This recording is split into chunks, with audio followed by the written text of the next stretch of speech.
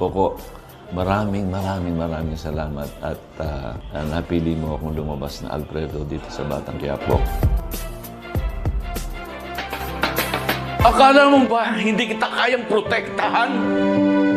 Hanggang ngayon ba yan pa rin ang iniisip mo? Matilde, may dahilan kung bakit tayo pinagtagpo.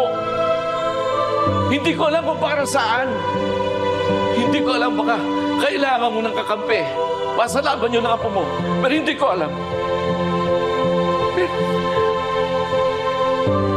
andito na tayo!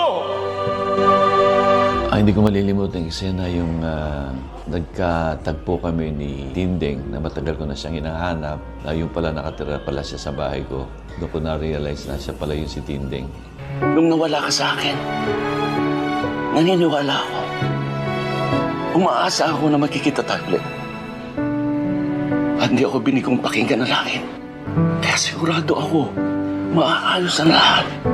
Well, it's relevant naman sa nangyayari ngayon. Siguro dapat hindi tayo maging greedy o maging pansarili. Dapat iniisip din natin yung taong bayan. Alisin natin yung pagiging corrupt sa gobyerno. Mga productions ang masisipag silang lahat at maaasahan naman at saka very professional. Enjoy ako, makatrabaho sila.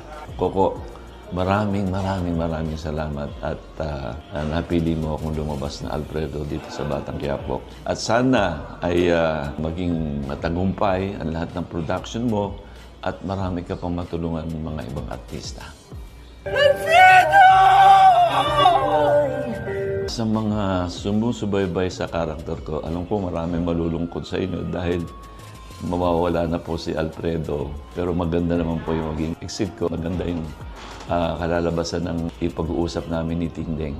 Ako po si Juan Rodrigo na gumaganap bilang Alfredo na nagpapaalam na sa Batang Quiapo.